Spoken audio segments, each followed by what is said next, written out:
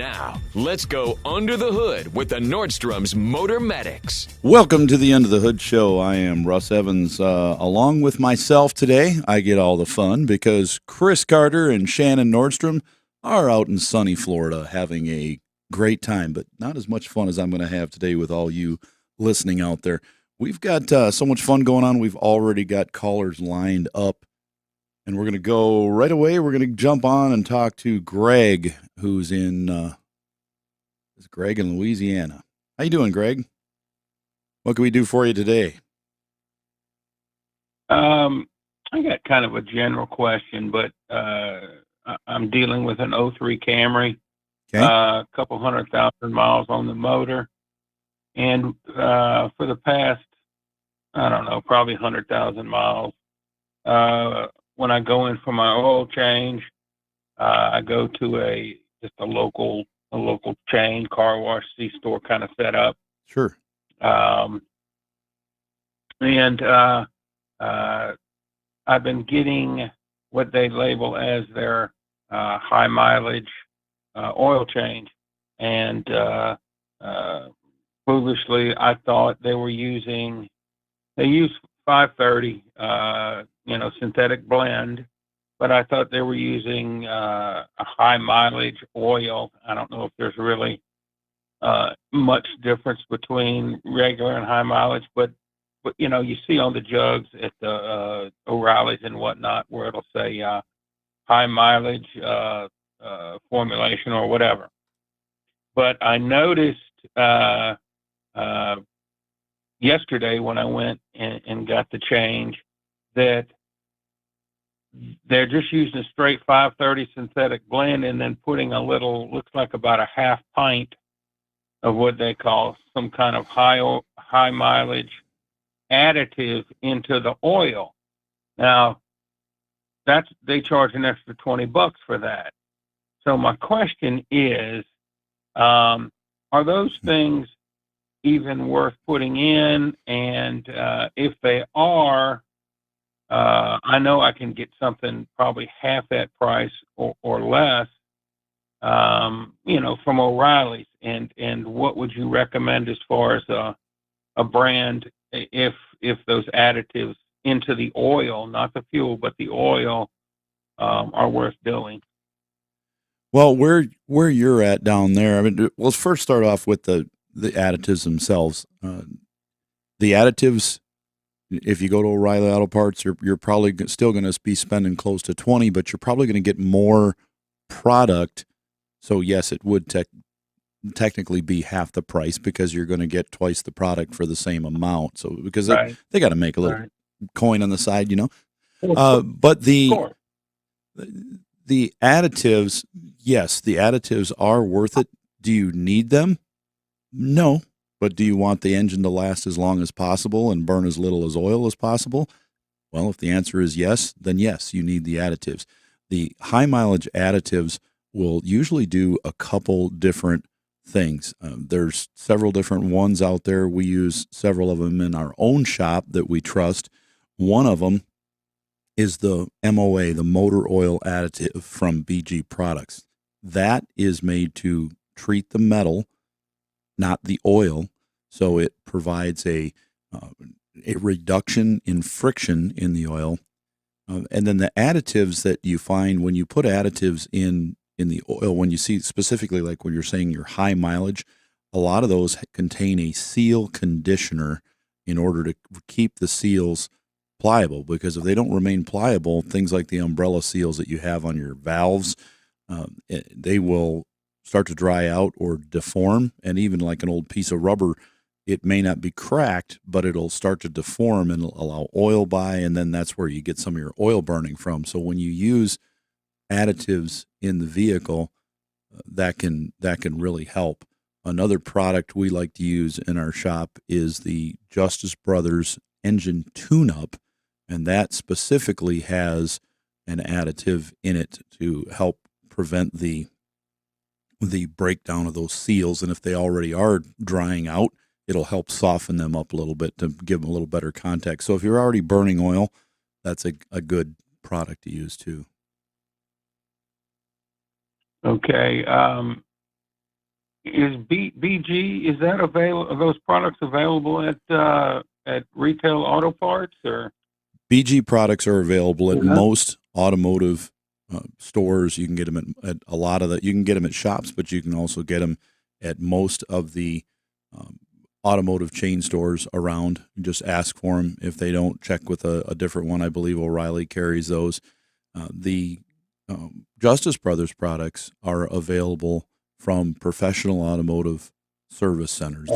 They're meant to be used in that way. You can find a few of them retail, but most of them are going to be in the auto in professional service centers.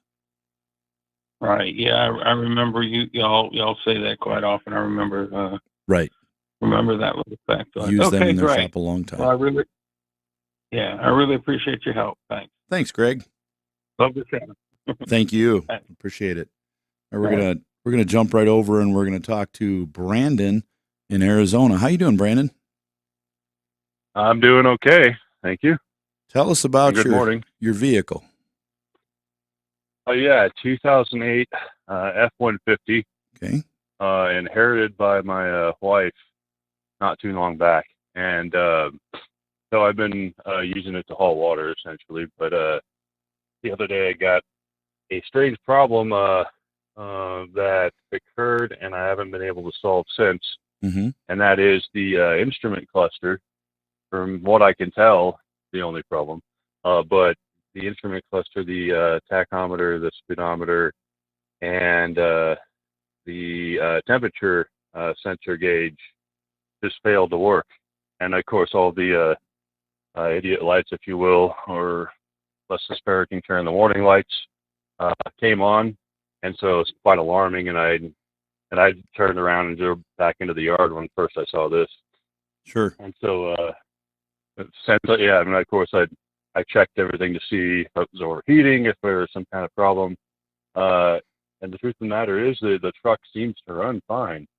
It doesn't really seem to have any problems. It's not overheating. There's not any issues that I can diagnose occurring there. But all these lights are on. So I've talked to people a little bit trying to solve the problem, and have checked the truck inside and out as far as I can about finding any chewed through wires. We do have excessive rodent activity up here, and they might have chewed through something, but I couldn't find any wires that I threw any missing or broken, or any one of kind of broken grounds, anything of the sort. I looked through the it should be the applicable fuses, and could find no such problems there. But there was something that led me to believe there might be a problem with the ignition switch, as I've heard from others that might have been an issue. So I actually found an OBD2 reader in that truck, and I've tested on my other truck, and it worked fine. I was able to diagnose the code, and tried it on this truck. But no matter what I do with the ignition switch, it keeps saying that you need to turn your ignition switch on. No communication with the truck. Right. And so I just said, okay, I'll try switching out the ignition switch, and which I did last weekend, and that's no avail. There is no alteration, except for now it sounds like there's a key in the ignition when you open the door, and when there's not. So I don't know if I would just cause more problems, or if it was supposed to work that way. Or well, yeah. So you got a couple things going on. You got an instrument cluster problem, and it won't communicate when you plug this scanner in, and it does work on another vehicle. So I have a couple thoughts. Although the instrument cluster's failing, they're not super common, but we do see them now and then. I see about one of those for every 10 of a General Motors product or another brand that fails. So they're pretty low on the scale. I might see one a year of these where we do 10 to 15 of the GMs. Of the older era, the new GMs are pretty good. But what we see more of on these are power problems. Yes, a blown fuse, a problem with a wire chewed off on the bottom of the fuse box, which is in that passenger side kick panel down there, a problem or rust and corrosion in there. If you're not getting proper power from that switch to the fuse box back up to that cluster, you're going to have two things. You could have cluster failure in there, and you could also have no communication with that scanner. I would say get on the internet, find a wiring diagram for your truck. I would probably go down to the OBD2 connector under your dash. There is a ignition switched wire in there. I think it's the first or second one over from the bottom on the left there. But find that wire on the diagram and then start following that back until you find out why you don't have power on that wire. Because if there's no power there, it's not going to communicate. But obviously the truck's communicating or it wouldn't run. So I would follow that wire back and just follow it in the wiring diagram all the way back to the ignition switch. And if you fix that part of the problem, you're probably going to fix the cluster problem too. That's what that's kind of what I'm thinking. It could be the switch. We've put in a number of those ignition switches. Got to warn you though, if you replace the switch or the instrument cluster, you are going to have to program the security in the truck again, or it will not start. So it's going to have to, you're going to want it somewhere down the mountain where somebody can program it for you. Oh, okay. All right. That could be an issue. All right. Okay. And I do have a repair manual on the way, and there hopefully should be a wire diagram in that. Or they're in the back. Yep, they're usually in the back of that manual. It should be able to follow it. But you might even just take the covers off that steering column and start at the switch. See if you got power coming out on the ignition wire and the run wire. If you don't, then you know it needs a switch, and you can just drive it into town where you can put that in and get it programmed. Okay. All right. Well, I certainly appreciate it, and I'll follow suit. So thank you. Thanks for the call. Glad to talk to you. Take care. Right, have a good one. Bye-bye. All right. Sweet. We'll listen to producer Doug over there. He's giving me the high sign. I think that high sign is break time. All right, you're listening to the End of the Hood Show, 866-594-4150. We will be back in just a moment after a quick break.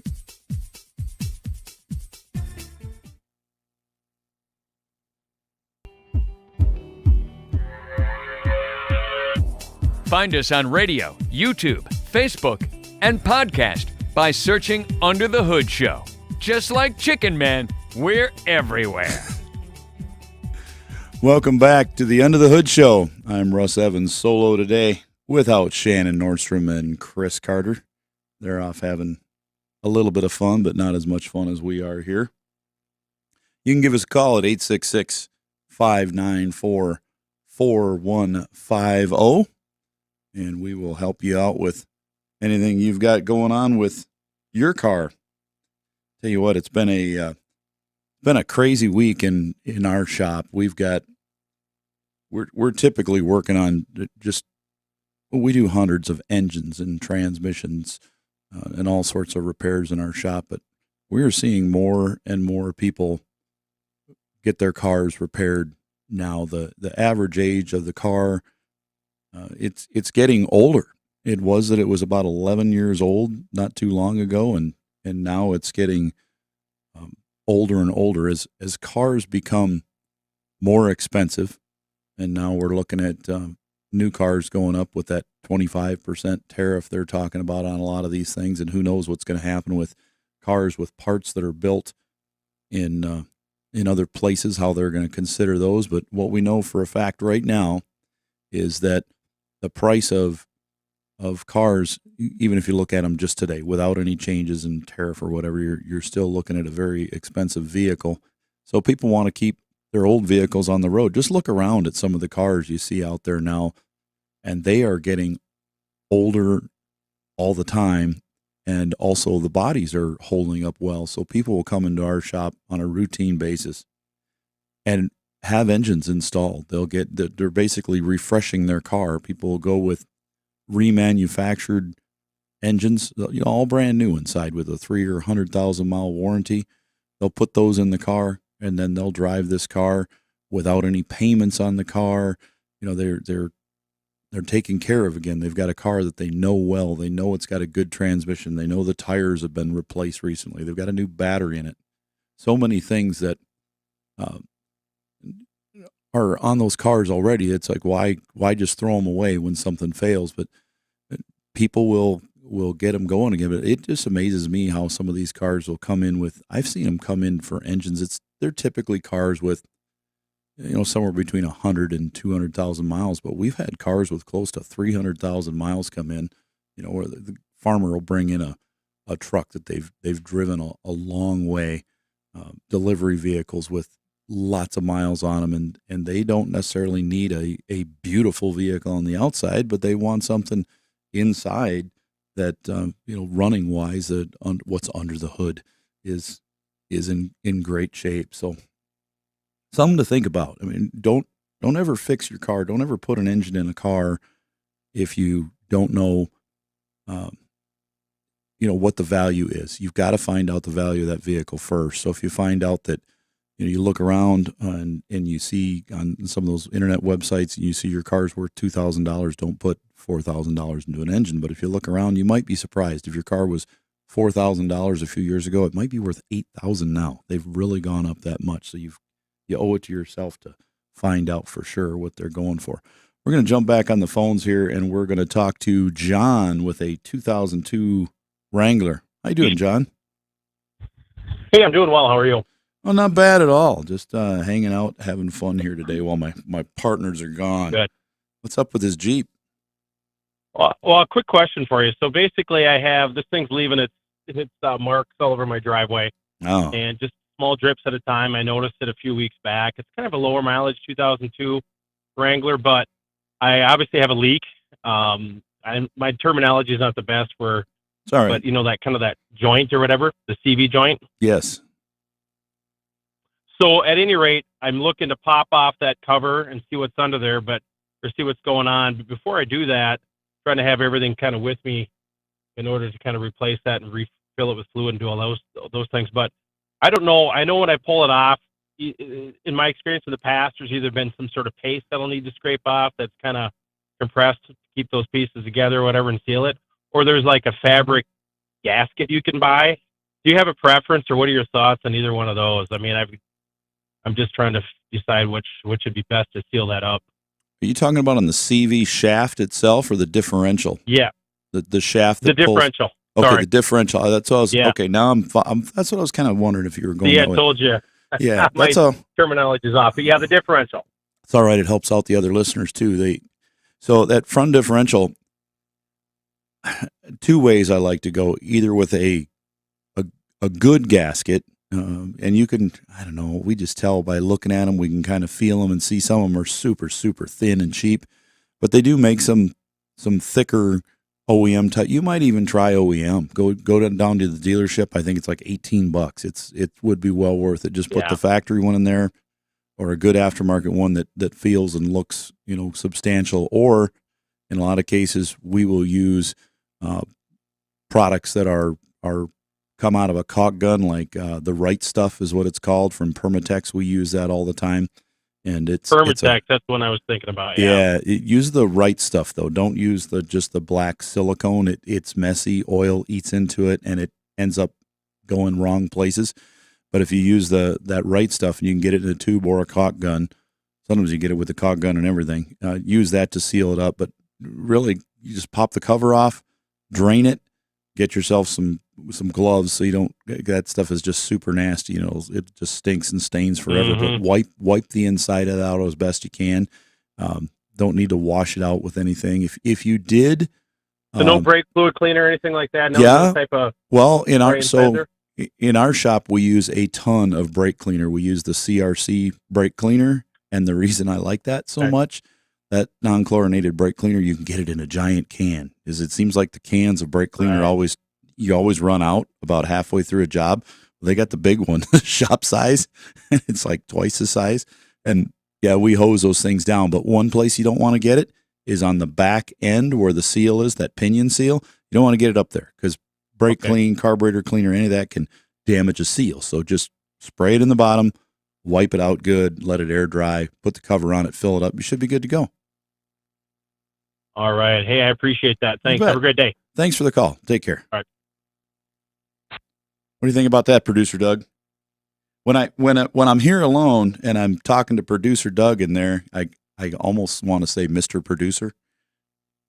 You know, from that other show. You know the show. Oh well. I don't listen to it that often, but I have heard it. Maybe I could just rattle some paper in here and it'd be the same thing. Anyways. 866-594-4150. This is the Under the Hood Show. We're going to take a quick break, and we will be right back in just a moment.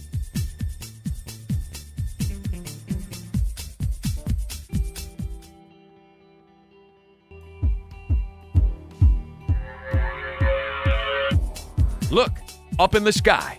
Is it a bird? Is it a plane? No. And who cares? We're down here, driving cars. This is Under the Hood. Welcome back to the Under the Hood Show. I'm Russ Evans, 866-594-4150. Got some hoodies to give away. One this hour, one next hour. Congratulations to John McCloskey in Ohio.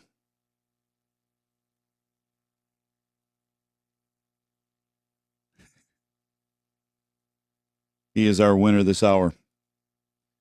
Brought to you by Berkeley One Classics, celebrating 50 years of collector car coverage, and Universal Technical Institute, uti.edu. If you're looking to get trained and learn more about automotive stuff, modern stuff, little older stuff, anything basically on the road today, whether it's electric cars, ICE cars, internal combustion, pretty much anything, marine mechanics, welding, CNC machining, even NASCAR Technical Institute. Check out uti.edu today. We're going to jump over to the phones and we're going to talk to Walt with a 97 Ford Windstar. How you doing, Walt? Oh, not too bad. What's I've up? got two questions on it. Sure. I had to replace the motor mounts here a month ago. One of them deteriorated. It was original. It's got 240,000 miles on it. And ever since then, I've had a vibration when it's sitting in idle and you put it in gear, sitting there, it kind of vibrates. And then when you're driving, you're shifting up through the gears, you get it up about into high gear and the engine RPMs drop about 1,500. You feel that vibration, but once you get above there and cruising down the highway, it goes away. So I didn't know whether these new motor mounts are that much stiffer at transferring the stuff or whether the harmonic balancer could be something. It's not deteriorated or anything, but I had to jack up on the balancer enough to get the engine up to, and I didn't know if I distorted the rubber enough in there would cause that problem. Well, that's always a concern if you put any pressure on a part like that, especially an old one. If you jacked it up on that balancer, the bigger problem you got to worry about is bearings and things in the engine if you caused an issue. But I don't think you did.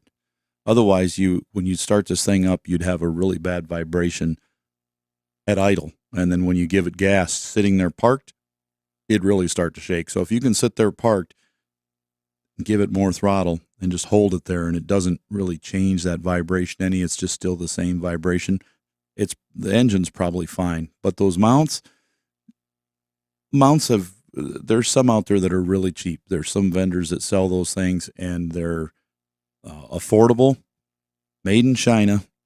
So if they're made in China, they won't be affordable much longer, but they're very stiff. The rubber in them is very stiff. It's not at all comparable to the factory. That original Motorcraft part is made to, Ford designed it to dampen the vibrations as best as they could.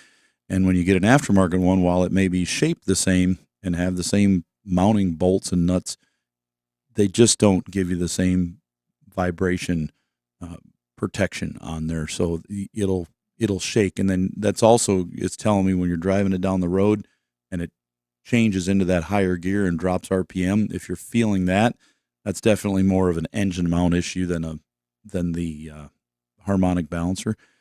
Something to think about.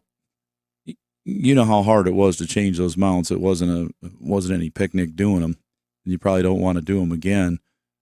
They may loosen up over time, because another thing about that rubber on some of the cheaper mounts like that is that over time they tend to get weak. So if you drive this thing a year, you might find that it's back to a lot better ride. It's kind of like breaking in a new pair of shoes or boots. It just takes a while, and that rubber will stretch and start moving around, and then should be a little smoother for you. That's what I was wondering. I bought them at O'Reilly's. The Torque, whatever their brand is or whatever is what it was. So Sure. Okay. Yeah. And we've done that before. We used them, and they've been okay. But they definitely, after you drive them a while, they soften up. If we use, I think it's Power Torque, and if we're going to use something like that, because the customer decided they want to go that way, let's say one mount is $120 their cost, and the other mount is $350, which is common a lot, that it can be double the price or more.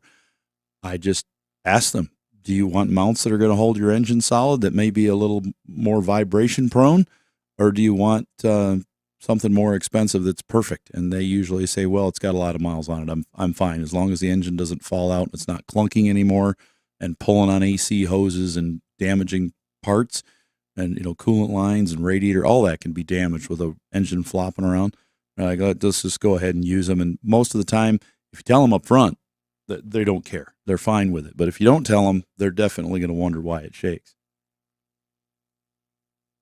Okay. Well, that's about what I got then. Did you have another question for us? The other problem is on it. I was getting a P171, 174 lean code, and over the last 3 years, I've been getting a 420 code. So I had to change the oil pan. It was getting rusted out, so I put new caps and header pipe and the intermediate flex pipe on. Put all that on.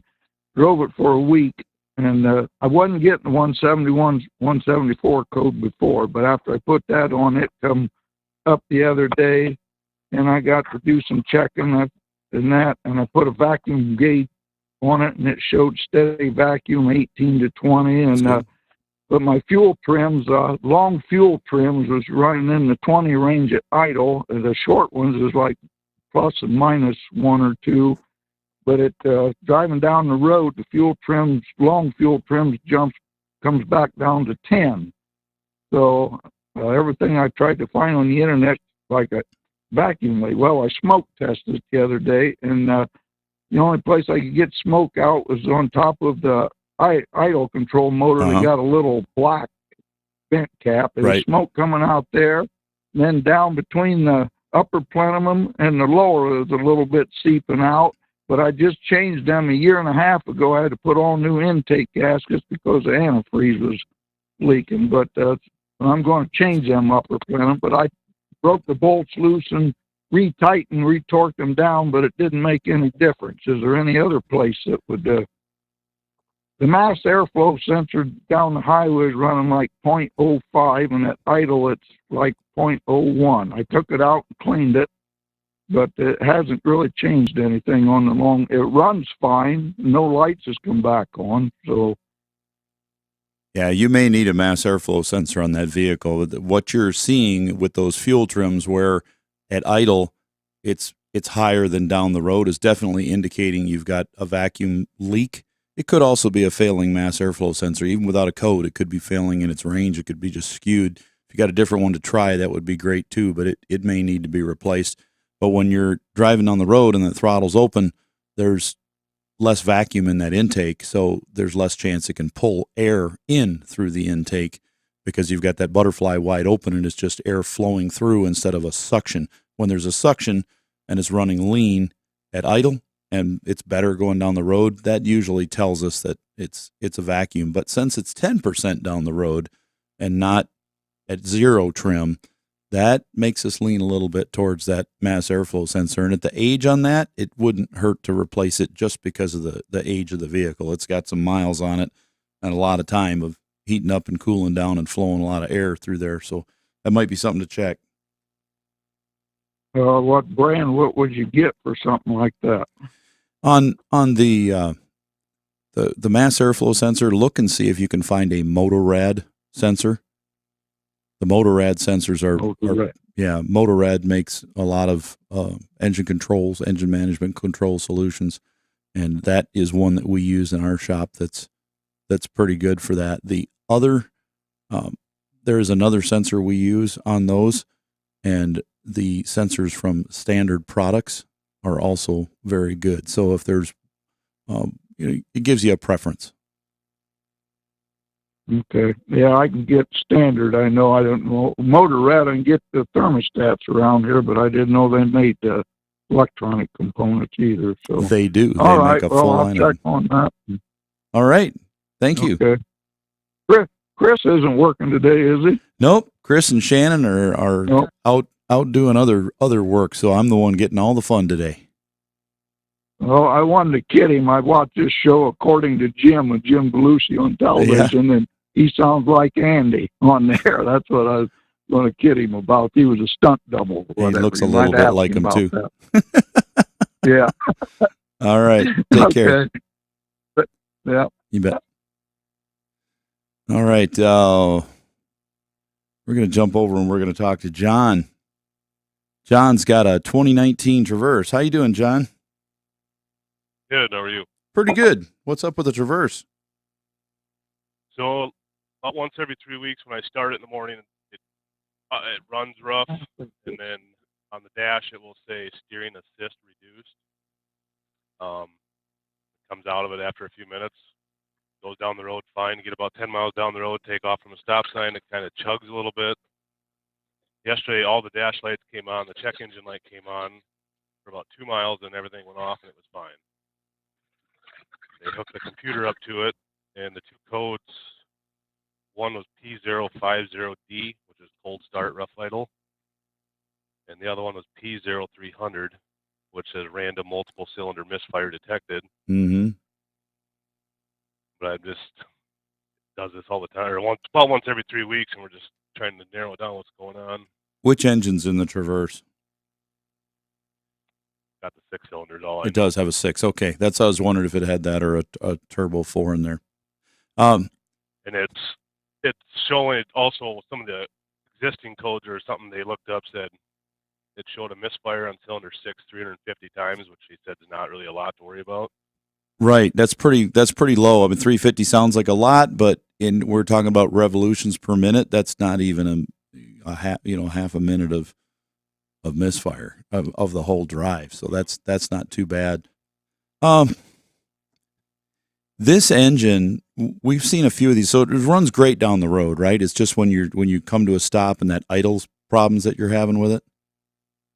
Yep. How many miles are on this thing? I mean, 63,000. All right.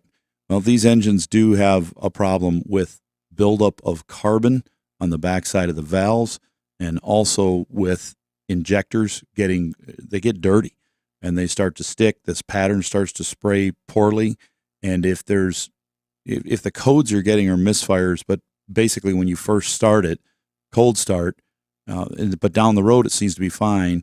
But it's those idles where you're getting it running a little rough. I have the same problem in my Camaro now and then too, as it builds up sludge and varnish and stuff in those injectors. The fuel quality is just not the greatest it could be. And the engines, a lot of times we don't drive them long enough to really get them thoroughly heated up.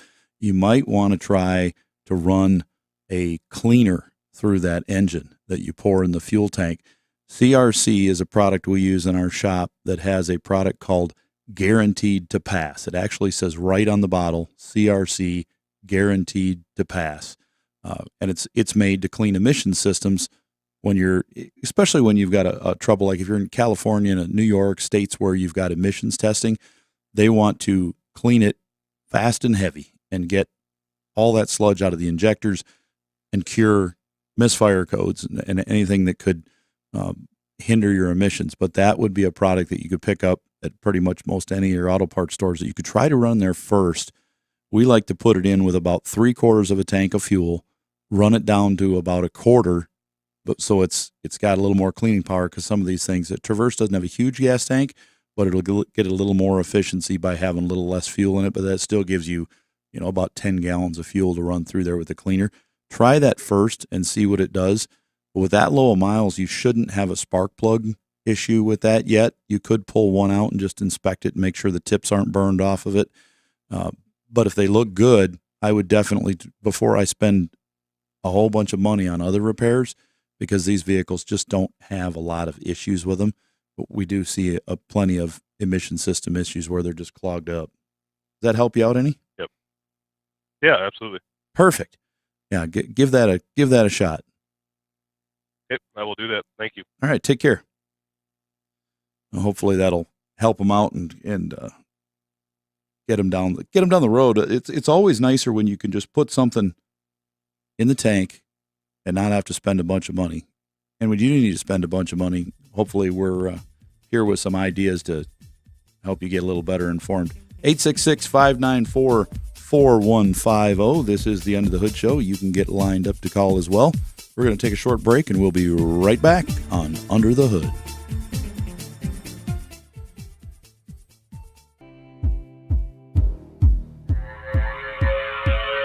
Free car advice. Now that's something new. This is Under the Hood.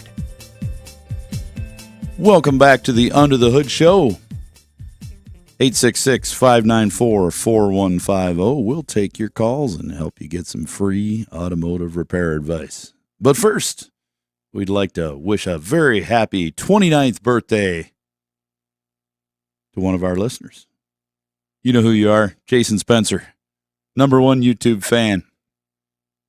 Got to give old Doug Mashik, our producer, a call in there at 866-594-4150. I know you're watching on YouTube and you can see it right on your screen. And tell him you want that hoodie.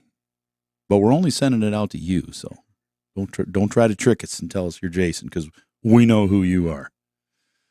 All right, we're going to jump right back into the phones, and we're going to talk to Chuck. Chuck has a 2014 Ram. Hello, Chuck.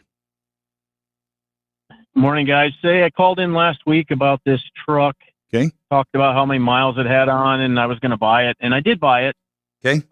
We got some rain, and I get home after it rained, and the headliner is soaking wet in the back above the sliding window.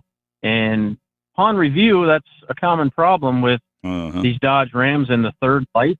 What's your experience on how to fix that the best? Well, you could take it out and you could put a new factory gasket in there, but oh wait, why did it fail in the first place? A cheap factory gasket. You can do a couple things. If you want a cool third brake light, you could purchase one off of Amazon or something with a cool LED in it, or one that says Ram on it, or whatever you want.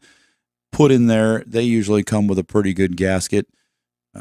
You could see if you could find I think all the gaskets for those are factory. I don't even think you can buy an aftermarket gasket as far as I know, other than what comes with those aftermarket taillights. The other stuff you could do, would be like use a gasket sealer.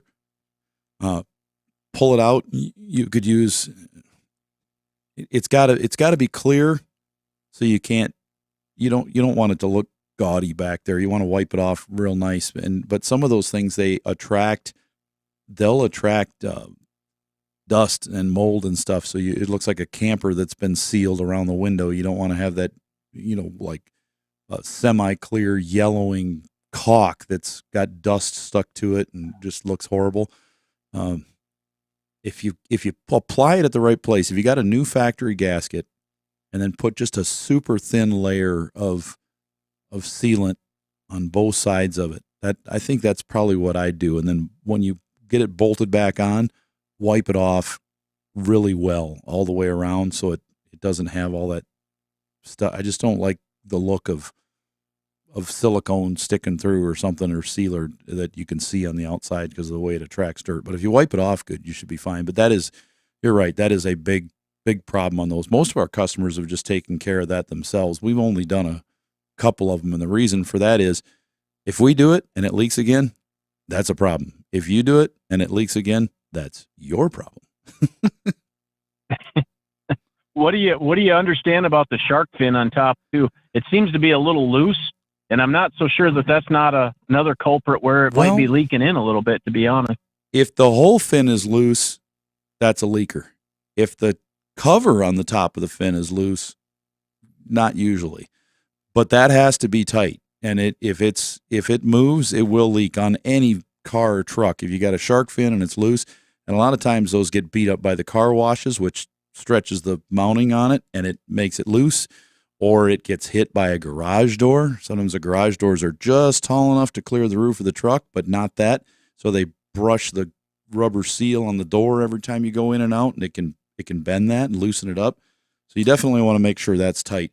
You can close all the doors, turn the blower on high with it on the vent position so it's pulling air in from the outside, then get yourself a bucket of very soapy water, a gallon bucket, pour a big old squirt of dish soap in there, and then put that soap on the top of the vehicle back there and look for the bubbles. That'll tell you where the leak's at, because you're sucking air in the front, you're pressurizing the cabin, and that air is going to be coming out wherever the hole is. So if it's coming out the light, that's where your leak is. If it's coming out the shark fin, it's there. If you find 3 other holes in the top because you had giant hail or something like that, that's where it's coming at. So look for the bubbles. That'll fix your problem. Do you have to pull the headliner down No. in order to see those bubbles? No, this will be on the outside. So you're going to turn the blower on high inside with all your doors closed. You're going to stand in the bed of the truck, put the soap on the outside like you're washing the car, and look for the bubbles coming out. Gotcha. Okay. Thank you. Right. I appreciate it. You bet. Take care. We're going to jump over real quick and talk to Jim with his 24 Maverick. How you doing, Jim? Good. Hi, Russ. I have a couple of hybrid questions. Okay. I'm approaching 5,000-mile oil change. Okay. When I turn the car off, it shows that it's all town mileage. More than half the miles are on the electric. Yep. Do I need to change the oil? Well, the first oil changes on those, they like to go a little longer because they want the engine to break in. I think from what we've seen with our own customers at 5,000, even with, back and forth on city driving electric, I think you're probably pretty safe to go with the 5,000-mile oil change on that. And those engines have proven to be very strong engines so far. None of them have burned oil. I've seen people go with lower and higher mile oil changes for the first one, but yeah, I think you'll be fine changing it now. Did I go over the 5,000 because I probably only got 2,500 done? Yeah, you could go to 5,000 on the engine itself. So put which would probably be 10 on the whole car. But yeah, if you can go to 5,000 on that. Yeah. When I'm going down the street and I see a red light or something, if I just ever so slightly step on the brake, what kicks in first? The charger or am I using the brake pads? When you let off the throttle, the regenerative braking kicks in, but when you step on the pedal, the service brakes go into action, those hydraulic brakes, because they don't know how fast you're going to need to stop. So if your foot's on the pedal and that electric switch says, pedal's engaged, we're stopping, it's going to activate those service brakes and the regenerative braking both. Okay, I see the charger. When I just barely step on the brake, the charger goes up, and I was wondering if I was putting. Yeah, you're doing both too. Both brakes are active when you do that. Does that help you out? They both kick in at the same time. Yes. Then, huh? Yes. Okay. Thank you. You're welcome. Take care. All right, we're gonna. We got another call. We got some calls coming in. We're gonna get those next hour, and so stick around. We've got 1 hour in the can. We got another hour coming up here under the hood. You can get a hold of us at 866-594-4150. I'll be glad to take your calls today. Shannon and Chris are out. They're out next hour too, but they assured me they will be back next week. If they're not, I'm going to drag them kicking and screaming right back in to the Under the Hood Show studios. Yeah, I'm talking to you, Chris. Shannon, he's hard to catch. He's a wily one. Take care, everybody. We'll be right back on Under the Hood.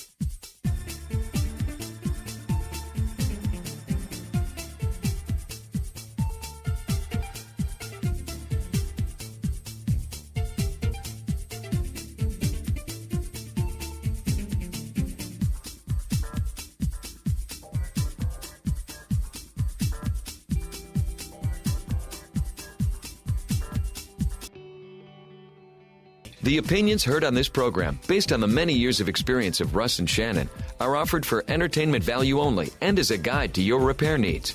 No claim to repair or cause is given or implied. Always consult with your own certified technician and follow all safety procedures before attempting any repair. To be a part of the show, call 866-594-4150. Under the Hood is produced by Prairie House Productions. All content is the property of Nordstrom's Automotive Incorporated and may not be used without our permission. Copyright Nordstrom's Automotive, Inc. Now, let's go under the hood with the Nordstrom's Motor Medics. Welcome to the Under the Hood Show. I am Russ Evans, along with myself today. Shannon Nordstrom and Chris Carter are out, so you can get right in on the phones, and I'll answer your calls. No nonsense today. 866-594-4150. That's the number to call. And we've already got one lined up. We're going to jump in and we're going to talk to Wyatt in Texas with a 7 Chevy truck. How you doing, Wyatt? I'm doing good, sir. How are you? Pretty good. Pretty good. What can we do for you today? Can you hear me okay? Oh, yeah. Okay. So my 07 Chevrolet, the transmission went out, and I've had it rebuilt 3 times, and 3 times it's gone back out. Oh, no. And I've been told that model is notorious for the transmission going out, the 2007. Well, I don't know. You keep trying, or yeah, not necessarily. I mean, we usually, when they go out, we usually put one in it, and then it's fine after that. We've got a number of customers that have had these vehicles. And that's one of the things we specialize in is engine and transmission replacement at our shop. You know, we've put thousands of these things in, and we just don't have a lot of problems. But one thing we want to make sure of on any vehicle with an automatic transmission, make sure that cooler is working properly. It's got to flow good, and it's got to be not plugged at all. Because if you've got any spots in there that are plugged up and it's trying to circulate and it's not I want to say coolant, just like a heater core, but it's the same thing as a heater core or radiator. If that transmission fluid is not making good contact with the metal, it will not dissipate the heat. So if it's even partially plugged, you're going to lose some of that. So 2 things we do. We make sure that cooler's working, or even where you're at, you're in Texas, you could easily just remove the factory cooler from the radiator or just disconnect it and hook up an aftermarket cooler. You can buy yourself a cooler. They're usually around $100 for a really good one. You can bolt that in up front, make sure it has good airflow through it, and that'll take care of that. So you got that loop going. And any transmission, you're right on the edge of, I think it's 07, 08 right there, where they started putting some thermostats on the side of the transmission. If you do not just have 2 lines that bolt right in the side of the transmission where they can, and I think that one does, they just come straight out and go up to the cooler. If there is a block on the side of that transmission, or anybody that's listening that has a block on the side, we always bypass that, because that is a subject of overheating on transmissions all the time. But whatever you do, if you put a cooler in it, whatever you do this, I would definitely get yourself a transmission temperature reading, some way to read that. If you don't have it on your dash currently, then buy an aftermarket temperature sensor. They do make a little temperature gauge you can buy. Most auto parts stores will either have them in stock or be able to get them for you. And you put it under your dash, hook it up, run a sending unit. It usually connects onto one of the cooler lines or into the pan. And that'll give you a reading on what that transmission temperature is. If that thing starts getting up, in that 200-degree range or more, that thing's getting warm. Typically, we'll see them run under 200 degrees almost all the time. I see average when it's 80, 85 degrees outside around here and higher humidity, no trailer towing on them. If that thermostat's been removed, I'll typically see a lot of them running in the 170-degree range or so. So we know that'll keep the fluid lower. But if your fluid's turning black, burning up, and that thing's slipping, and you just had it replaced, something, I really think it's got to be something to do with the cooler flow on that, causing that failure is just slowly cooking it. Gotcha. Yeah, because it's pretty. Yes, sir. It does look pretty black too. Whenever I look at it, so you're right on that part. It's burning then. Okay. So I would go with I would put a cooler on it. If I had a truck down, everything I owned when I was in East Texas down there, that was an automatic. I had aftermarket cooler on it, no radiator. I just used like the B&M aftermarket cooler or Hayes aftermarket cooler or something. There's tons of really good ones out there. Modine makes one, and I just disconnected the lines from the radiator and hooked it straight up to that, and then I was guaranteed I had really good cooling on it. It's just got to make sure it has plenty of airflow too. Gotcha. All right. Okay. Thank you so much, sir. You bet. Appreciate Take care. All right, we're going to jump on over. We're going to talk to Henry in Nevada with a 19 Tundra. Hear me? I can hear you. How you doing? Oh, awesome. Hey, very impressive on the return call. Thank you. Yeah. That's producer Doug. Yeah, you guys are not awesome. me. So this is kind of a preventative thing, right? So I got Okay. 2019 Tundra, and they have somewhat of a history of head gasket problems when they start getting up in age, right? Like, I don't know, let's call it 125 to 150,000. Sure. I've only got 95,000 on it. So you guys talk great about your KSeal. I've heard of it. Yeah. Yeah, right. So as a preventative measure, good idea, bad idea, as flush it, and then even though there's no hole, just to run it through as a preventive measure, and then maybe 30,000, 35,000 miles when I flush it.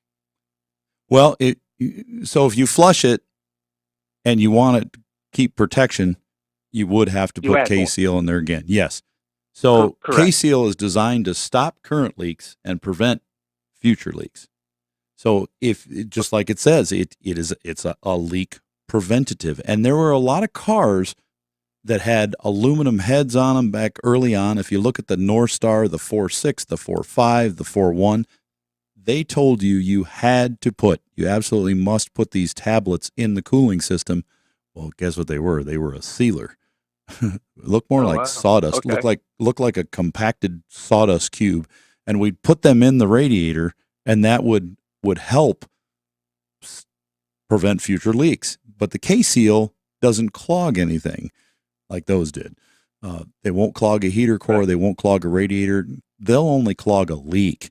So if you don't have a current leak, those are a good idea. And also if you've got a Ford Escape, anybody out there with one of those little 1.6 and 1.5 engines that were known for some not head gasket issues, but blocks getting porous and things like that, a preventative measure may be to use KSeal in there as well. We've had some people have success, but yeah, I think you're on the right track with that Tundra.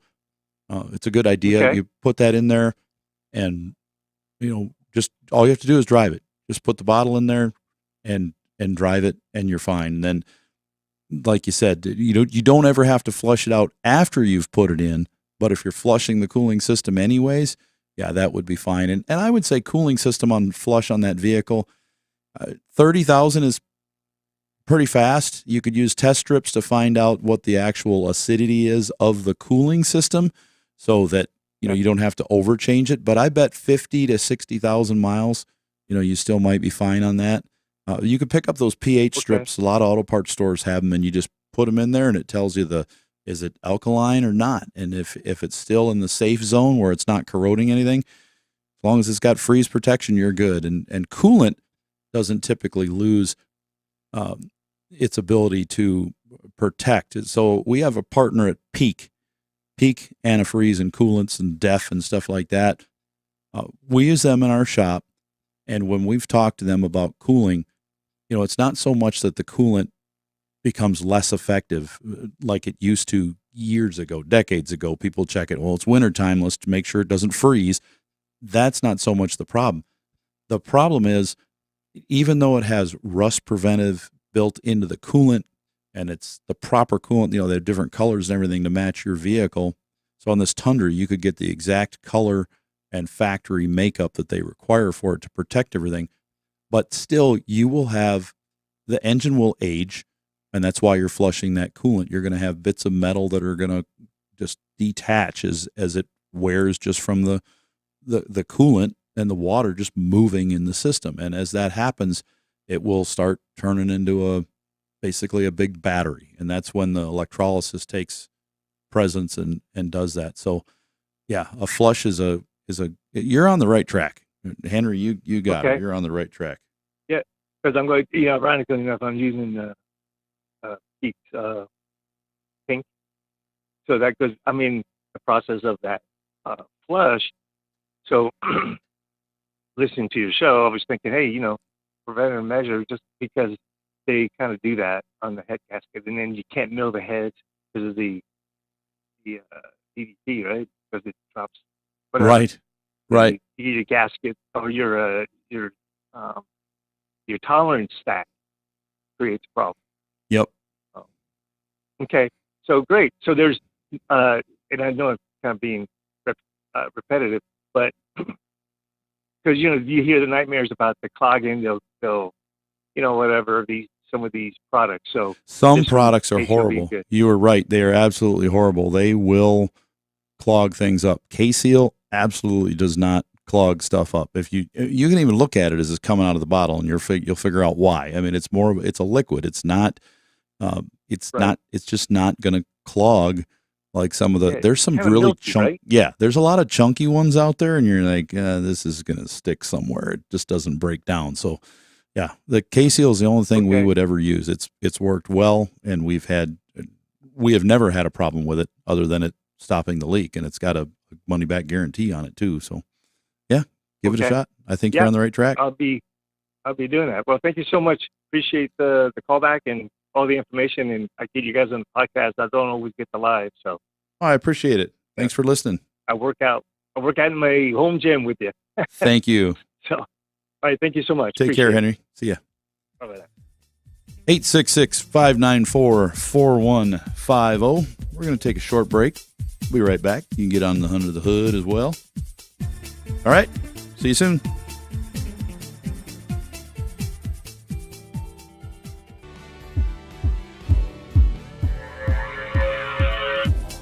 Guaranteed car repair advice or double your free back.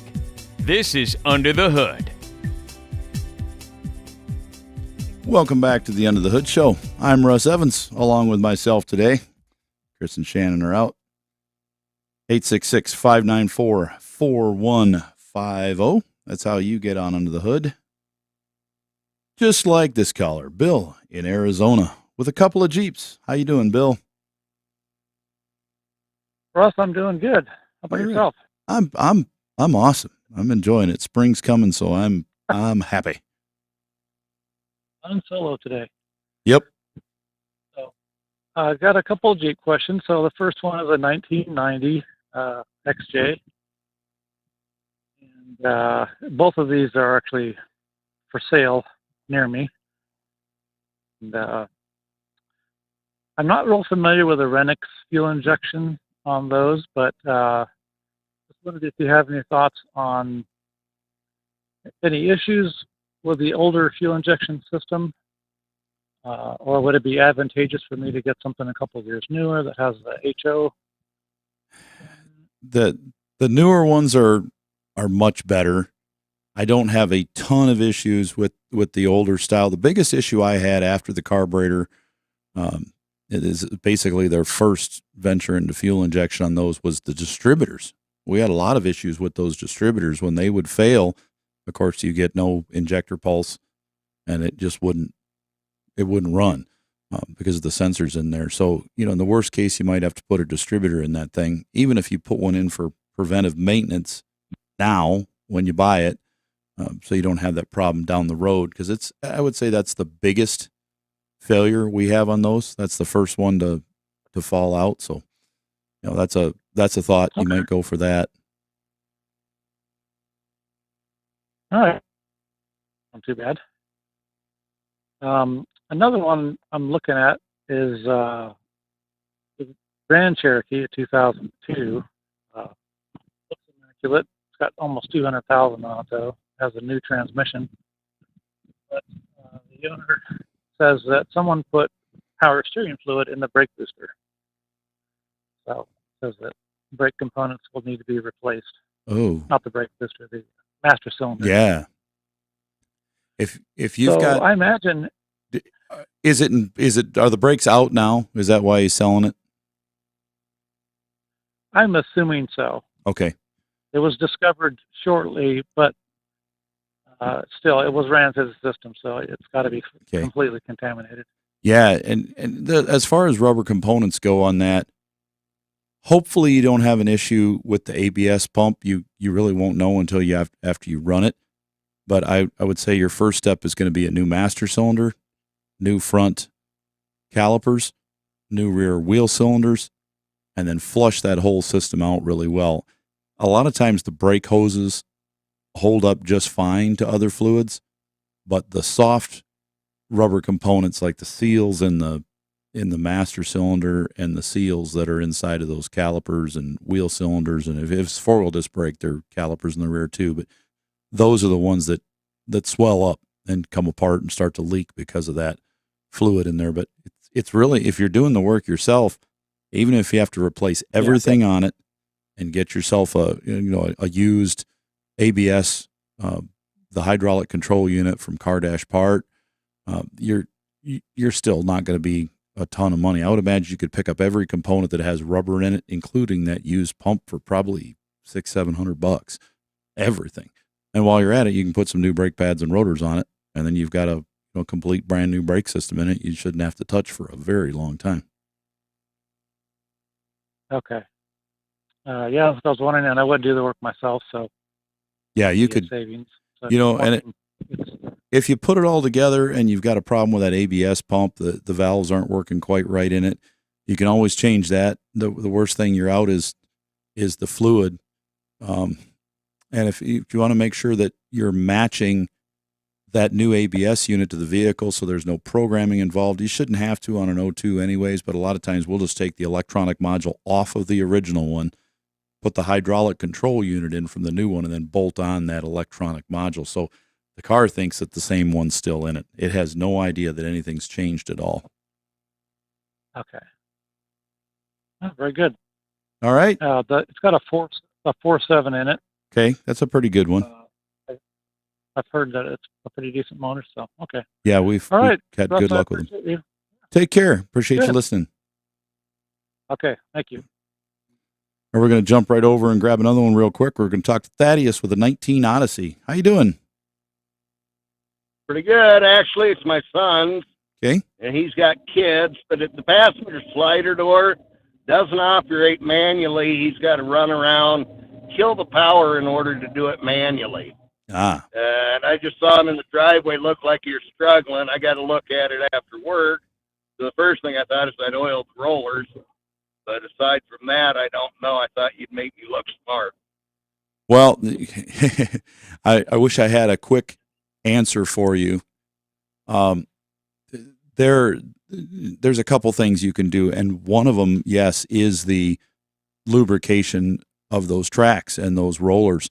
Got to be careful what you spray on that, but make sure first, you got kids in the van, so make sure something hasn't fallen in there. If somebody's got a Matchbox car or something and it's fallen down and gotten in behind the tracks and it's dragging under there, I've pulled several of them out of there where I pull the door and it's kind of raking. I'm like, what's grinding? Like, there's a car in here. It's like, that was a nice Lambo too. It's like, what's going on? So we take them out and throw them away. The other thing that happens is, yes, the lubrication. Make sure you don't have a bunch of dirt and everything build up in there. We use the white lithium grease in the can from PB Blaster. That's always a good product for that. I have that for my pinball machine. Yeah, because you can get the penetrating kind, because the penetrating white lithium grease, that will actually get down into those rollers. So if they're starting to rust up, that'll do it too. I tell you what, I can smell the inside of that pinball machine right now. When you mentioned that you open that door and the smell of the electronics and the solenoids and the lithium grease in there. Oh yeah. Shannon's got an 8-ball deluxe pinball machine. I think he still has it. He had it a few years ago. Oh my God. We're going to get it. We're going to have him bring it down to the studio. I don't think he uses it at home anymore, but he had it in the man cave. So never know. Does that help you out a little bit there? I love that game. That's kind of where I was looking at, something binding and causing it.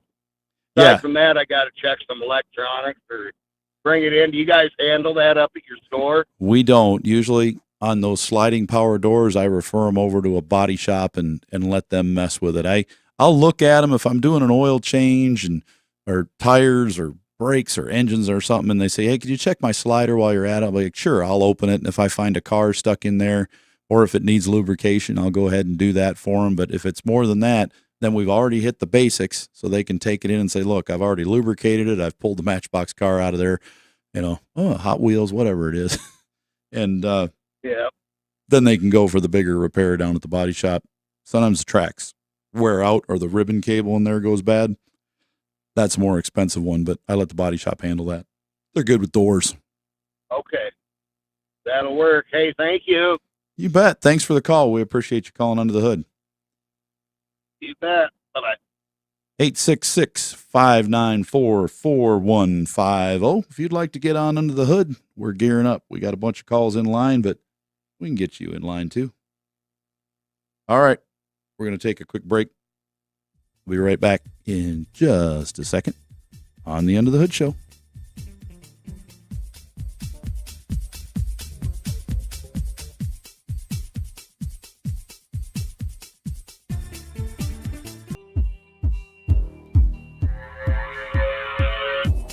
Guaranteed car repair advice or double your free back.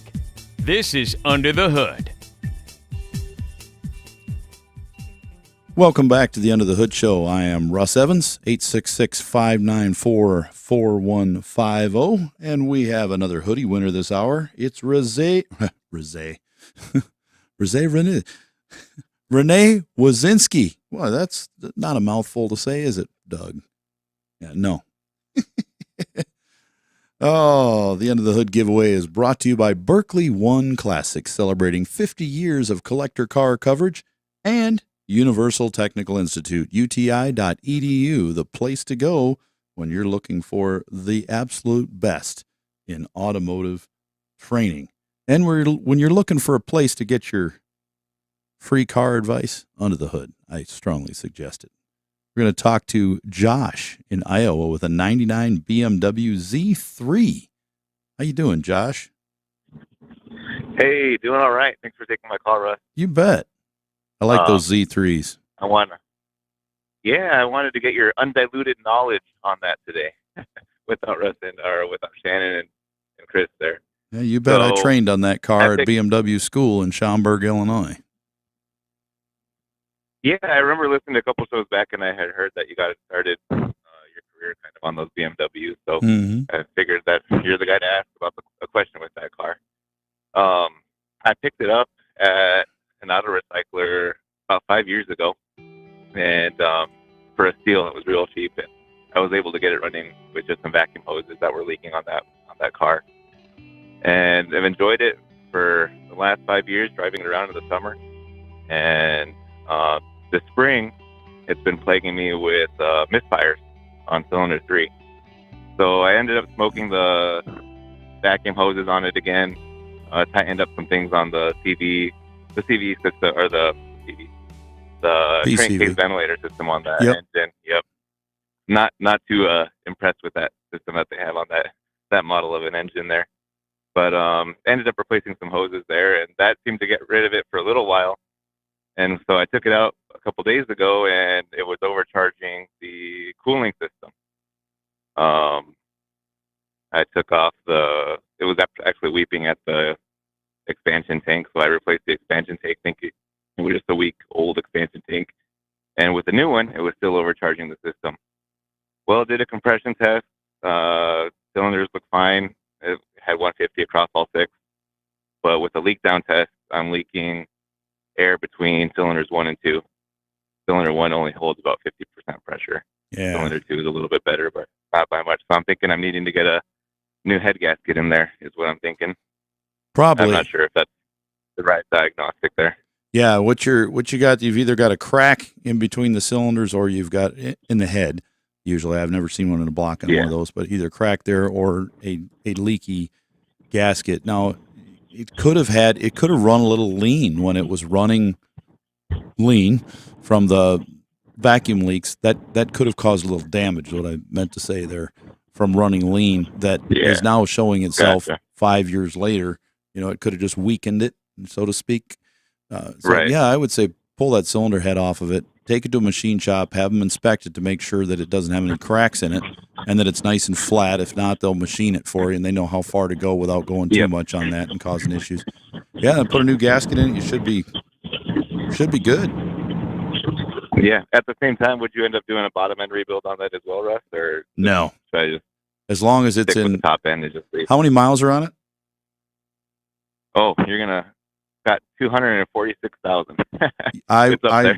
Pull the whole thing out, pull the pan off it, inspect the bearings, and if the bearings, if the bearings look pretty good, but they just have a minor bit of wear on them and the crank is still smooth, you might just put a brand new set of original size bearings in it without going up in size. Okay.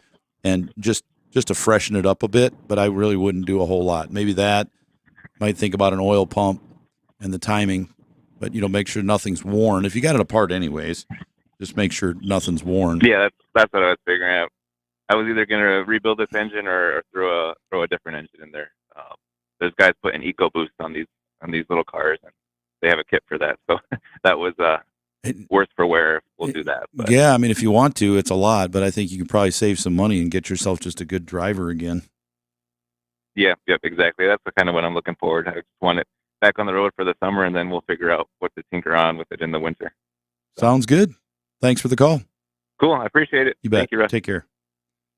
We're going to jump right over and talk to Bob with a 2018 Silverado. Hi, Bob. Hi, Russ. I got a little issue with the starter, I think.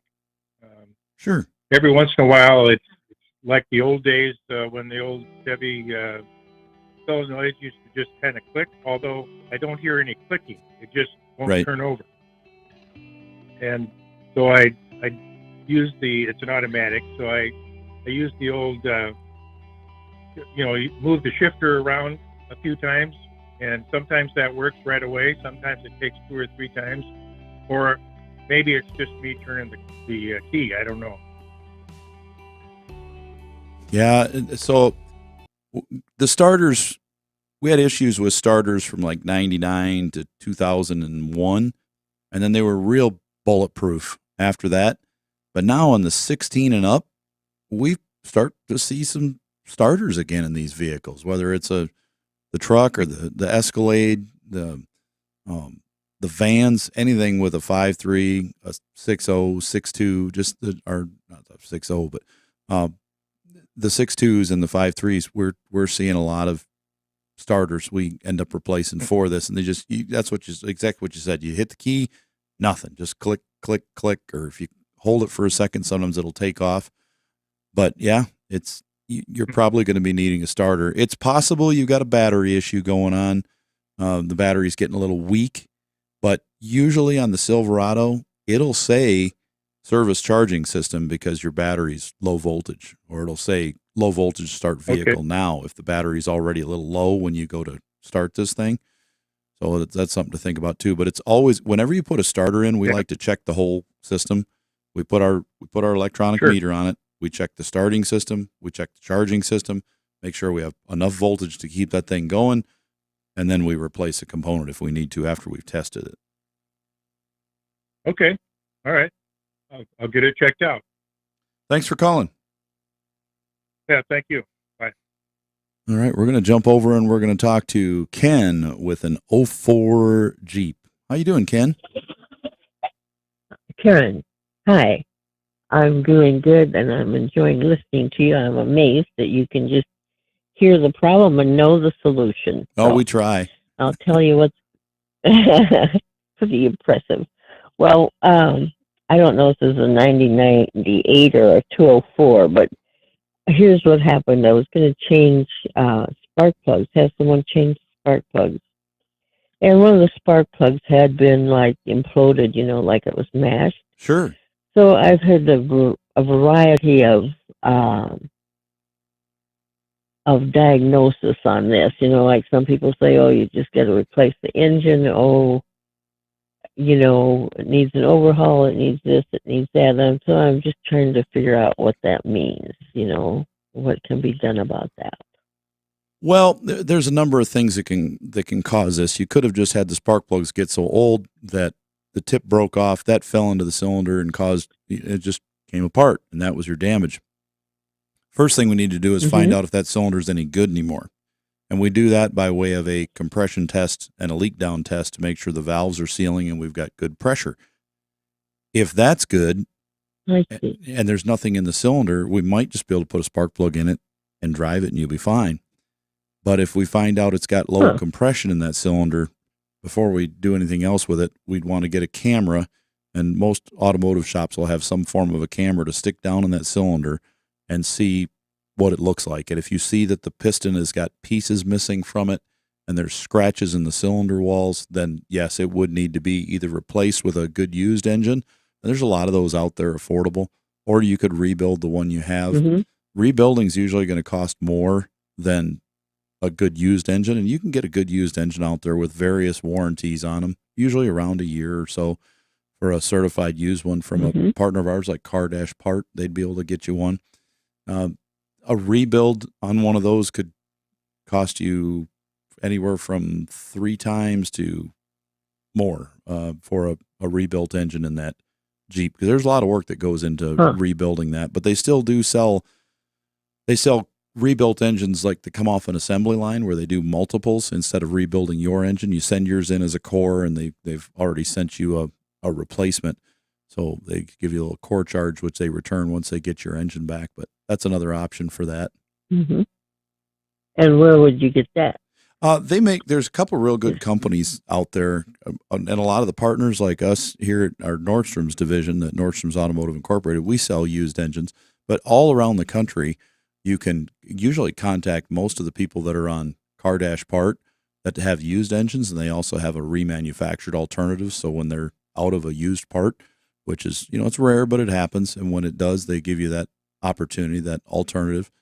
The other option would be an auto parts store. Check with them and just ask them, you can find a shop in your area. Sometimes you can ask an auto parts store, what's a good shop in my area? Who does a lot of engines? In our area, they would say, well, those guys at the End of the Hood show out at Nordstrom's, they do lots and lots and lots of engines. So the parts stores I'm in are Brookings, so it's not too far away. Oh, you are not too far from us. So we have a lot of people from a lot farther than that see us. So you have options in your area. But yeah, the first thing to do before you spend any money is find out if that engine's any good in your vehicle, because it could be as simple as a spark plug. I've seen one where a spark plug, it's worn out, the end of it's fallen off. We've taken a magnet stuck in the cylinder and pulled that piece out, put a new spark plug in it, and it's fine. So there's always a possibility that it may not need a complete engine. That'd be great. Well, thank you so much. Appreciate it. You're welcome. I'll Thank start you. checking it out. All right. Take care. Appreciate your show. Bye-bye. You too. 866-594-4150. This is the Under the Hood Show. We're going to take a quick break, and we'll be right back to finish up the show.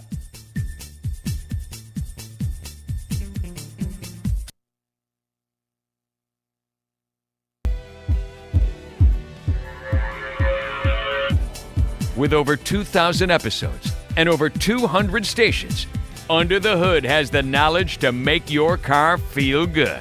This is Under the Hood. Welcome back to the Under the Hood Show, 866-594-4150. I'm Russ Evans, along with myself today. Chris and Shannon will be back next week. Well, producer Doug, he's with us. He's always with us. He'll forever be enshrined in the production room.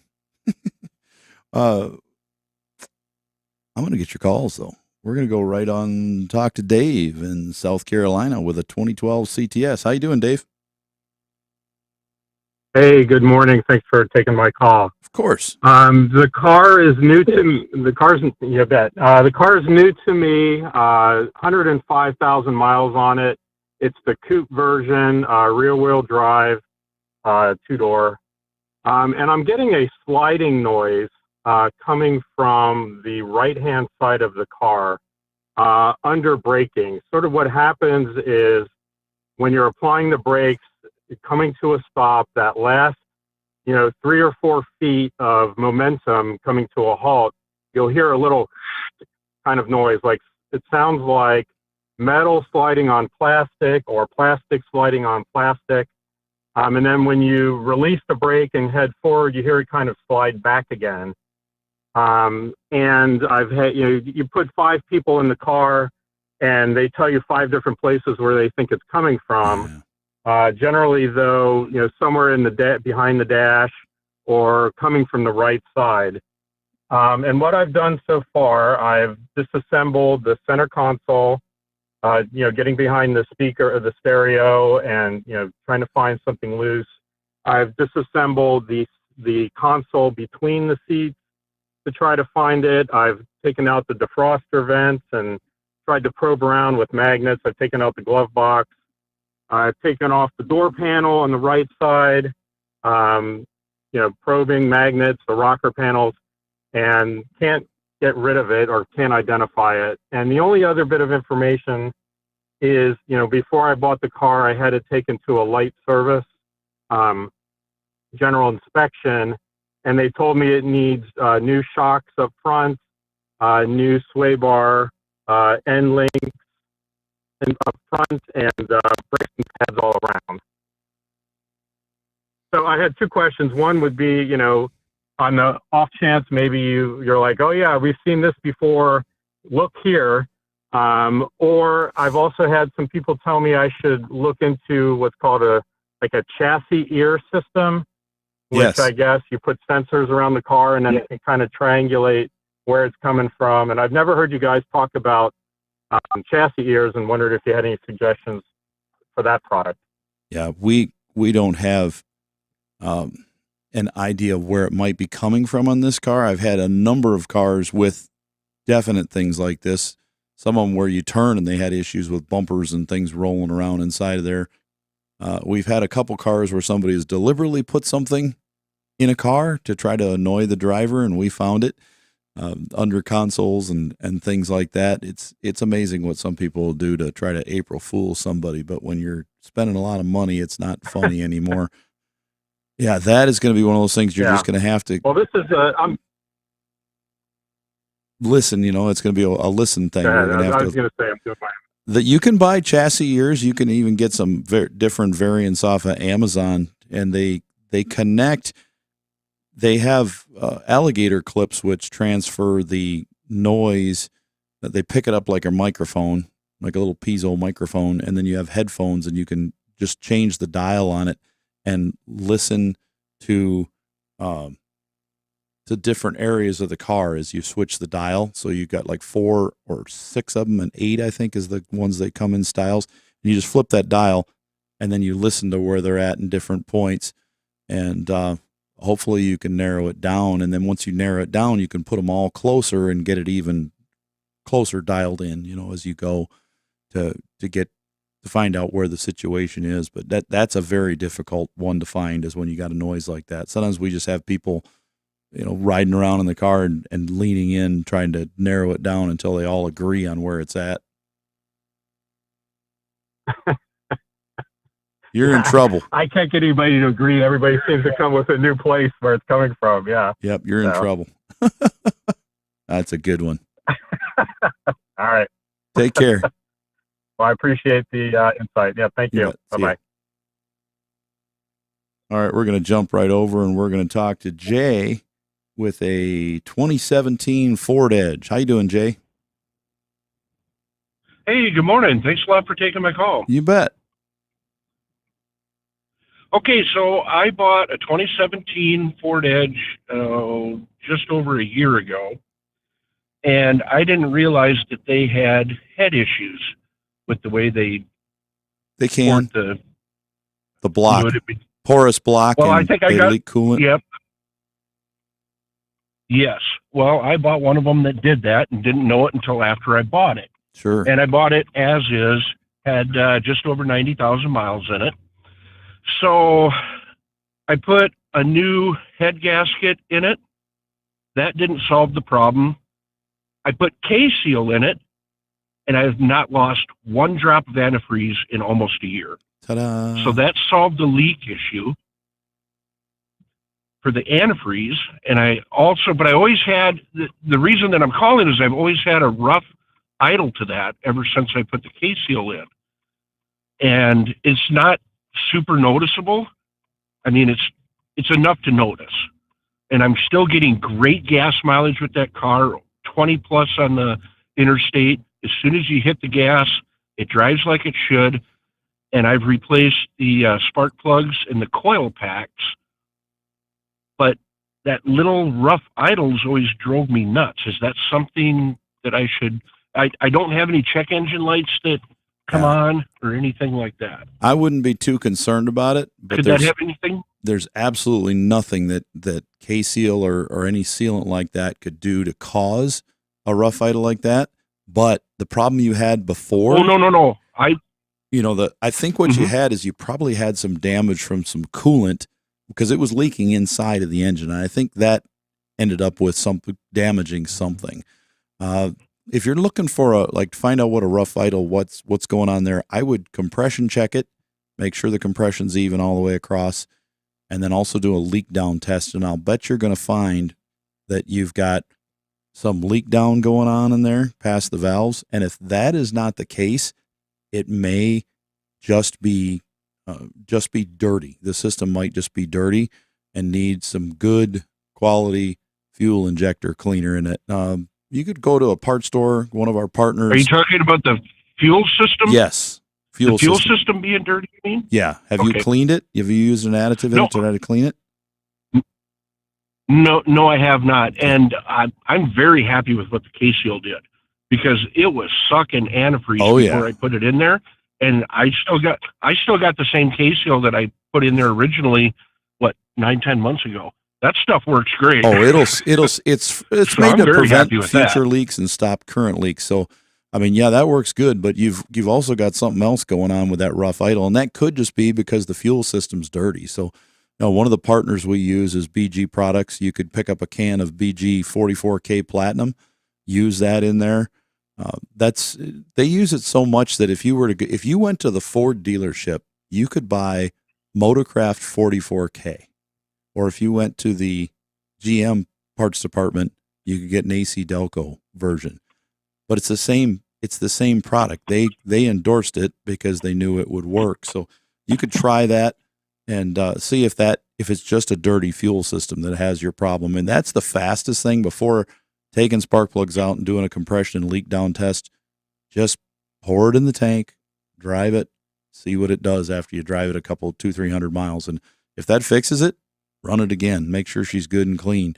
If it doesn't, then look towards the compression and leak down test, and that'll at least give you a little, confidence to know what it was. It's not going to fix it by doing the test, but at least you'll know what it is, and you can say, okay, it's got a little leakage past the valves. I'll continue to drive it. It'll be fine. You said BG 44K? Yeah, BG 44K Platinum. You pick it up pretty much any auto parts store. All right. And then you just put that in the fuel tank, I assume? Pour it in the fuel tank and it'll run. We have several partners we use at our shop, and that's one of them we use for fuel system cleaner, and it works well. All right. I'll pick it up this afternoon. Thanks a lot for your input. I appreciate it. You bet. Take care. Looks like we're going to jump right over and we're going to talk to Wayne with a F-150. How you doing, Wayne? I'm doing excellent. How are you? Pretty good. Tell me about your 13 F-150. So I got a 2013 F-150 with 140,000 miles on it with the 5.0 that I just picked up used. Mm-hmm. And when I got it home, I changed out the spark plugs. The spark plugs were in terrible condition. So I took it on its first maiden voyage out west on a ski trip.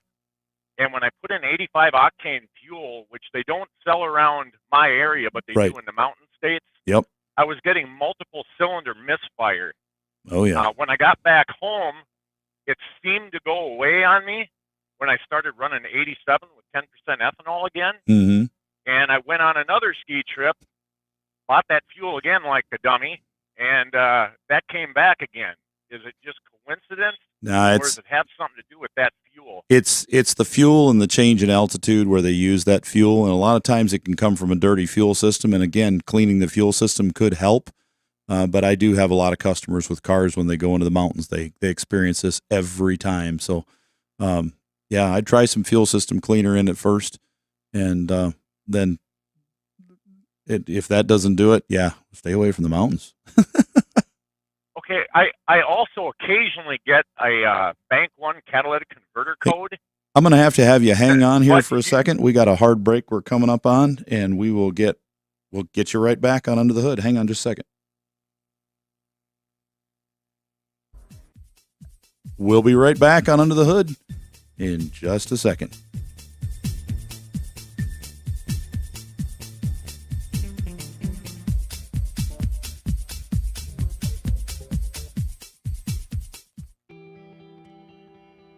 All right, back to the F-150.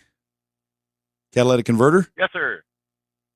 Yeah, occasionally I get this Bank One catalytic converter code that comes, about that same time after seeing that cylinder misfire. Yes. Do you believe those are connected? Oh, yeah. The misfire causes the catalytic converter code, because anytime you have a misfire, you're getting a buildup. You're not burning the air. You're not burning the fuel. It's going into the cat. The cat can't run like it's supposed to anymore. It's not lighting off. And when that happens, it's going to show that it's dead. So it's going to flatline and not give any and not operate properly and give you the code. Okay.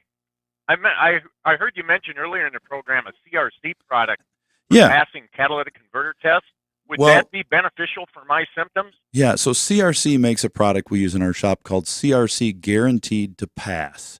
And that is the actual name right on the bottle you'll see, CRC Guaranteed to Pass. And that's made to clean the system. It will help cleaning the catalytic converter, cleaning the injectors, the back of the valves, everything in that system that could cause these issues. And like I was saying earlier here in the call about the fuel system being dirty, if this fuel system is dirty, it is not going to be able to adjust the fuel trims correctly for that higher altitude.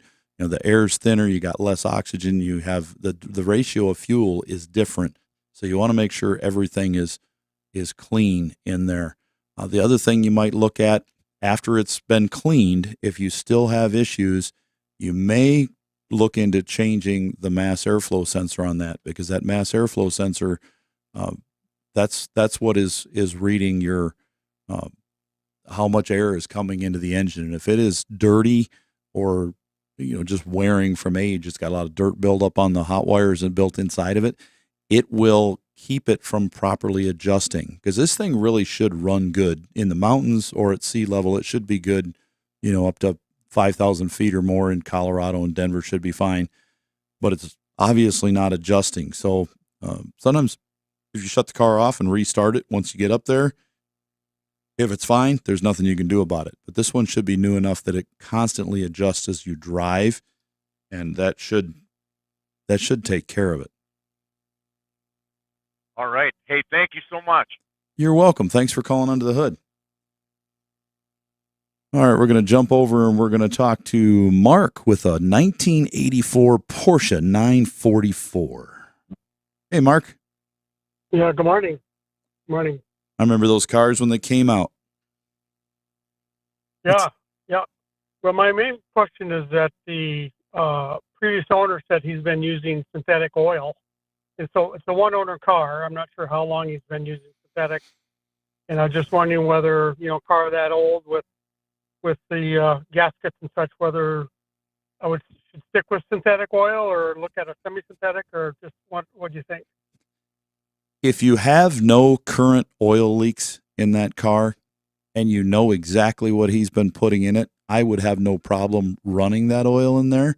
But if you don't know what kind of synthetic he had in there, whether it was a blend or something that wasn't the best, I wouldn't put it in there, because I'd be concerned about oil leaks starting. And that's not an engine you want to start tackling oil leaks on, because they're going to be never ending, I feel. I mean, they had enough oil leaks back in 1986, just a couple years after they were new. So you shouldn't cause a problem with oil leaks by going to a synthetic blend What I'd be more concerned with would be that, so they're running in synthetic, but I'm worried about the content of the oil as far as the protection for the camshafts and everything in there, because that's still an older engine, and we have to put additive in every single engine that's old, flat tappet cam engines and older ones like this.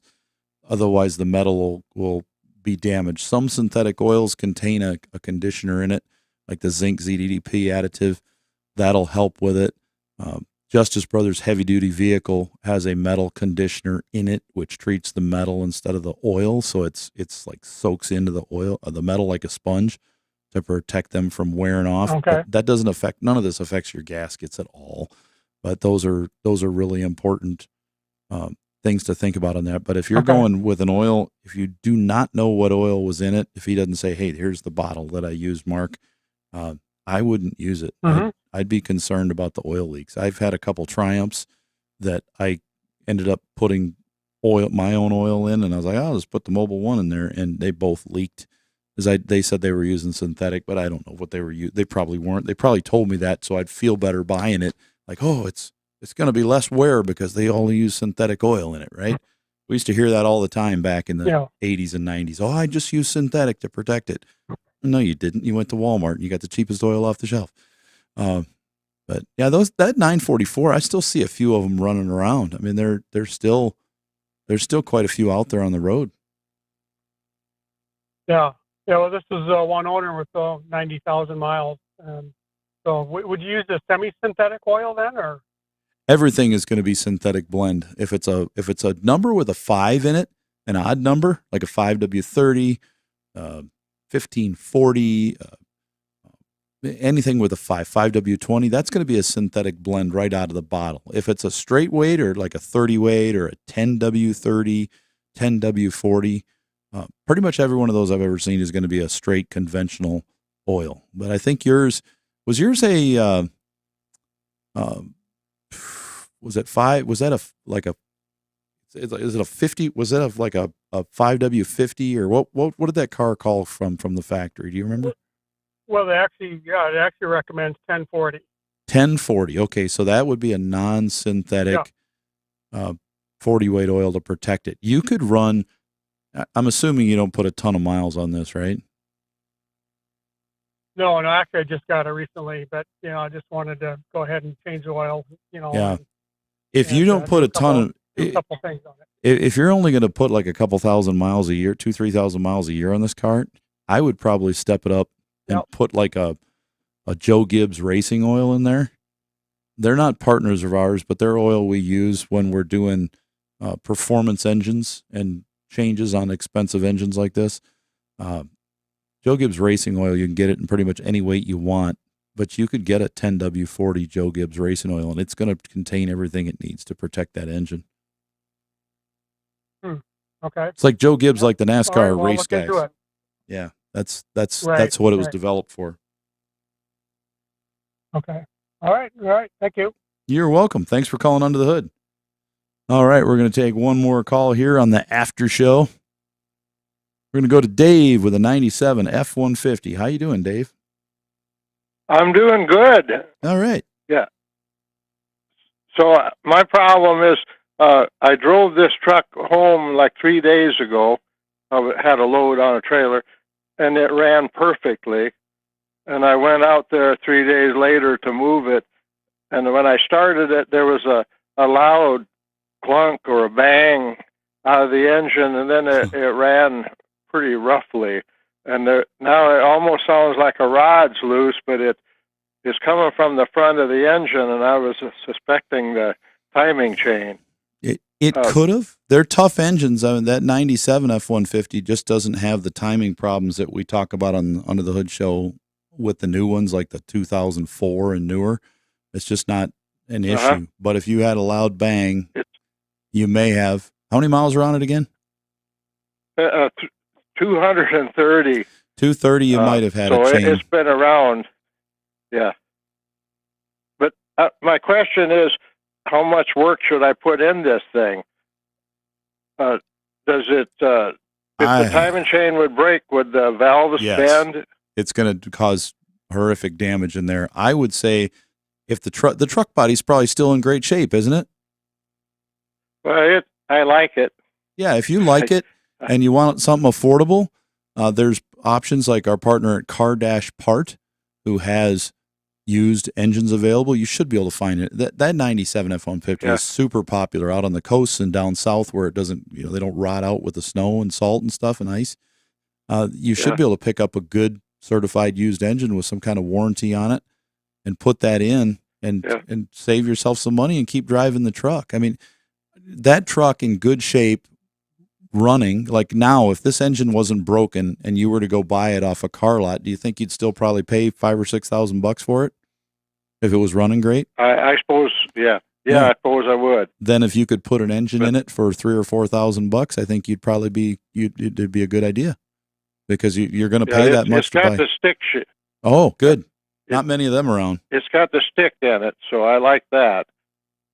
But the stick shift, Yeah, they're not a lot of them anyway, anymore. that's yeah. I was going to take the serpentine belt off and start it up to make sure there was nothing else, but it sounds like it's coming right from the front.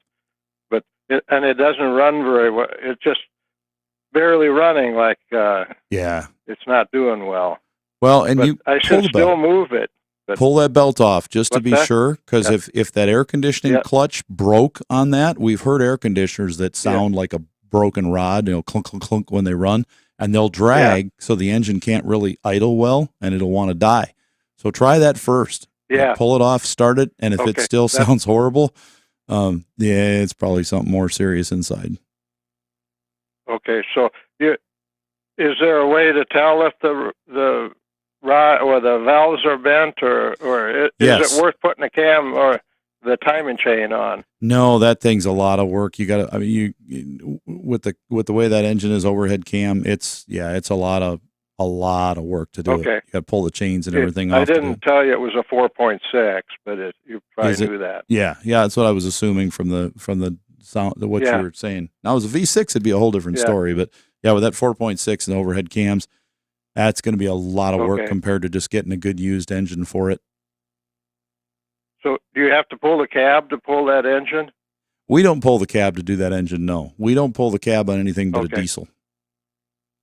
So you could do that whole job for me then? We do a lot of them, yes. Okay. Thank you. You're welcome. You're a big help. All right. Thanks a lot. You bet. Take care. You bet. Okay. Yeah, bye. All right, everybody. That's it for the after show. That's all I've got in me today. Unless you want to go 2 more hours. Doug says, no. Nope, can't do it. I got to go eat lunch. I'm going to go eat lunch too. I think I got something. My wife always gets me something nice for lunch. When I go out and eat something else, I shouldn't anyway. So anyways, I missed. Doug had something on the notepad, but I'll have to get it next show. What are your thoughts on Cataclean? Is it safe to use? Well, since you asked. So we have some companies out there, when we put a new catalytic converter on, they require, as I say, put the converter on, and we've got to sell you 4 oxygen sensors with it, the upstream and downstream. Let's say we got a car with a V8 with 2 Silverado. It's got 2 upstream, 2 downstream, 2 converters. We put them on. If there's a problem, a lot of times they want us to run that product through first before they will warranty the converter. Now, they sold us a brand new converter that was clean and it's working. And their thoughts behind this typically are, we're going to run the Cataclean through there, and if it fixes the problem, it's not going to be a permanent fix, and it also means you've put something in there that harmed our converter, and we're not going to warranty it. So, yes, Cataclean seems to work pretty good. And if you've got an engine that's just getting old, and it may have used, let's say it's burning half a quart every 3,000 to 5,000 miles of oil, that is enough to dirty up that system where that cleaner might clean it out. They don't sponsor our show. We've never had any kind of talks with them or anything. The only reason I know about this is because we've had to use the product. We were forced to by companies selling us the catalytic converter. So we try to make sure that we don't have a problem with the engine causing the converter to fail, because they're going to come back on us and tell us, no, we're not going to help you out with that. So All right. That does it for another episode of Under the Hood. Oh, hey, we got another. Oh, Derek on YouTube, he was commenting. Appreciate that. Speaking of YouTube, thanks for all you that have subscribed out there. It looks like we've still got 30 watching. That's amazing. Just me, and they're still watching. Thank you, people. So we're up to 7. Oh, we've added a few subscribers this show. I like that. We're up to 7,510 subscribers. We'd like that to be more because we know we have, like every other show, there's literally thousands of people that are watching that are not subscribed. We've got, a couple 100,000 unique viewers every month, and we've got 7,510. But we appreciate each and every one of you that has subscribed, and the show is growing, and every week we see more and more people on there, and we thank you for that. We've been around for 35 years now, and we plan on being around for a while longer yet. So thank you very much. Take care, everybody, and we'll see you next week with all 3 of us back here on Under the Hood. If you're wondering, no, it's not just me all the time. It's all 3 of us, but it's nice to know that you'll be behind me if the other 2 are too tired to do it anymore, which will probably never happen. It'll probably be me. Anyways, take care, everybody. See ya.